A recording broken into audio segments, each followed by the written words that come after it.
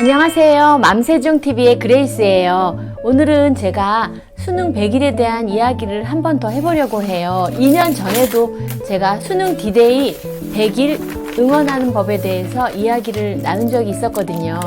그때 제가 최악의 선물에 대한 이야기를 언급했었는데요. 그때는 자세한 이야기를 나누지 못했던 게 잘못 전달하면 여러 사람들이 상처를 받을 수도 있고 그래서 하지 않았었는데요. 이야기를 나누는 채널이다 보니까 사실은 다양한 다른 사람들의 이야기를 같이 사례로 들면서 재미있게 이야기를 좀 하고 싶은데 늘 어려운 점이 있어서 저만의 이야기를 하려고 노력하다 보니까 주로 이야기의 소재가 좀 다양하지 못하고 강사로의 일, 또 엄마의 일, 뭐 이런 정도로 굉장히 국한되는 것 같아요. 그래서 오늘은 제가 그 얘기를 좀 해보려고 해요. 우선 2024년 11월 14일 수능일이 다가오고 있고요.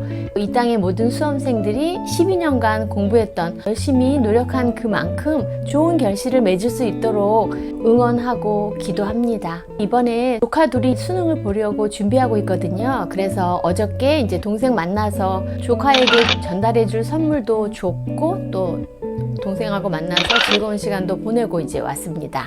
제가 오늘 하려고 하는 이야기는요, 2년 전에 했던 이야기의 부연 설명 같은 그런 부분이기도 해요. 오늘은 그래서 제가 좀 마음 놓고 뒷담화를 해보려고 하는데요. 제가 뒷담화를 해도 된다고 생각했던 이유는요, 슬기로운 뒷담화 생활의 3가지 원칙에 위배되지 않는 선에서 이야기할 수 있을 것 같아서 마음 놓고 해보겠습니다.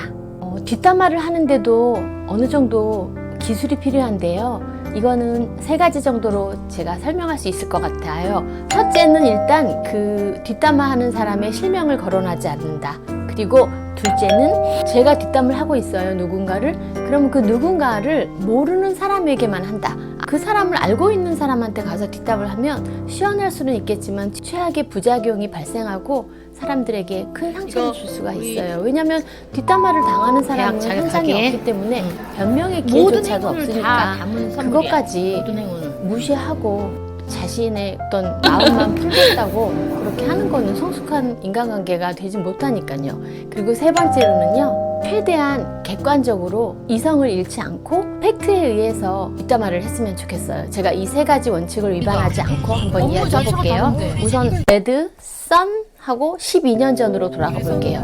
예전에 제가 학원에 다닐 때 같은 동료 강사분이었어요. 그런데 그분이 이제 그 학원에 온 지 얼마 안 됐을 텐데 이제 모든 게 새롭고 또 그 분위기 파악하려고 그런지 모르지만 평소에 너무 질문이 많은 거예요. 아주 사소한 질문들이. 인간관계에 관한 질문이 많았어요. 이분은 사회생활을 하면서 그 사회적 관계를 굉장히 중요하게 생각하는 분이었고요. 너무 좀 심하게 중요하게 생각하다 보니까 마치 정치판에서 정치를 하는 사람의 모습이었어요. 예를 들면 어떤 사람이 결혼을 하게 돼서 한 강사가 이제 동료들한테 청첩장을 돌렸어요. 그러면 대부분의 사람들은 내가 이날 갈 수 있나? 그리고 자기 스케줄을 체크하게 되잖아요. 그런데 이분은 마치 여론조사를 하듯이 자기 스케줄을 체크하는 게 아니라 모든 사람들을 돌아다니면서 너는 갈 거니? 너는 구조를 얼마 할 거니? 뭐 이런 식으로 그런 사소한 인간관계에 궁금증이 너무 많았다고 해야 하나? 그런 분이었어요. 새로운 일터에 들어왔으니까 뭐 여러 가지 궁금한 게 많을 수도 있고 그거는 제가 좀 이해를 할 수 있지만 저하고 관련된 일이 있었는데 그건 어떤 거였냐면 그때 이제 아이가 수능을 보게 됐는데 동료 강사들이 이제 어떤 분은 뭐 초콜릿을 가져와서 아이에게 갖다 주라고 응원한다고 하시고 어떤 분은 또 과일 또 어떤 분은 엿이나 뭐 떡 같은 거 이런 거를 막 많이 받았단 말이에요. 그런데 사실은 저도 아주 소소한 일상에 응원을 좋아하고 서로 나눔을 많이 했었기 때문에 어느 정도는 그분들이 저에게 답례를 하는 마음으로 주신 분들도 계세요. 그런데 이제 새로운 분이 볼 때는 왜 이 그레이스한테는 모든 사람들이 이렇게 다 관심을 가지고 많은 선물을 해주지? 그런데 단도직입적으로 저에게 와서 왜 사람들이 이 학원은 이렇게 자녀의 경조사까지 챙기는 거예요? 하면서 물어보는 거예요. 저는 간단하게 대답을 드렸죠. 사람 관계라는 게 어떤 공식이 있나요? 그냥 마음 가는 대로 주고 싶은 대로 그렇게 나누면 되는 거 아닐까요?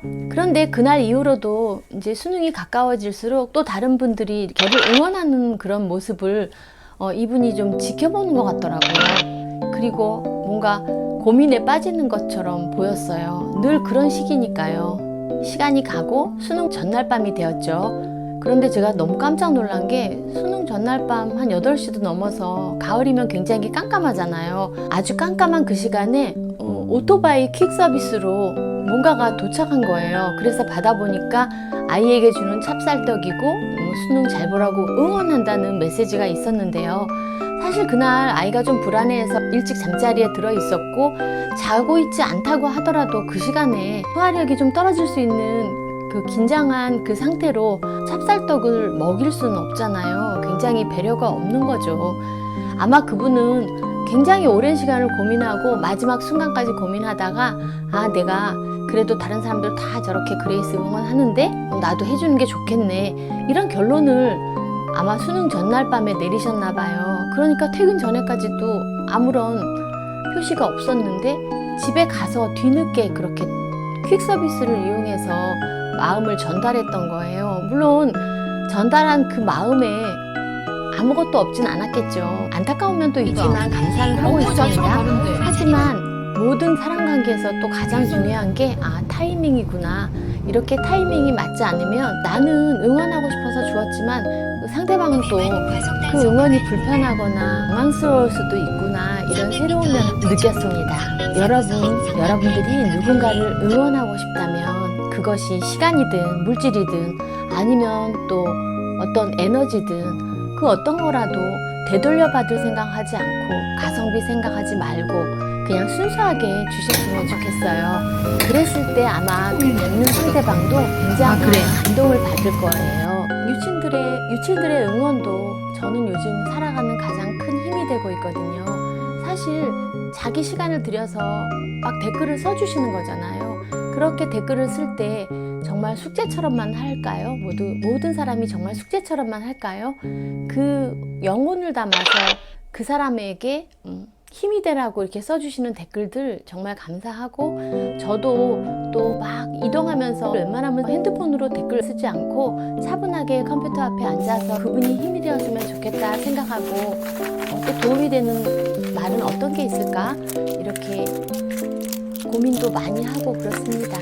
제가 이제 수능 100일을 앞두고 8월 6일이 100일이에요. 여러분들이 혹시 응원하고 싶은 수험생이 있다면 100일 넘기기 전에 100일을 전후로 이렇게 힘찬 응원을 해주셨으면 좋겠다 해서 제가 수능 100일 디데이 응원하는 방법 2탄을 지금 만들어 본 거고요. 그리고 서로 날마다 응원하는 우리 유치원분들에게도 또 한 번 감사의 말씀을 전하면서 오늘은 여기까지 이야기하겠습니다. 자주님들 잘 들어주셔서 감사합니다. 자주님들 자주 오세요. 오늘 밤은 내가 어떤 마음으로 누구를 응원하고 있는지 생각하면서 고운 밤 되셨으면 좋겠어요. 우리 푹 잘 자고 꿈길에서 만나요. 안녕. 꿈속에서 만나요. 안녕.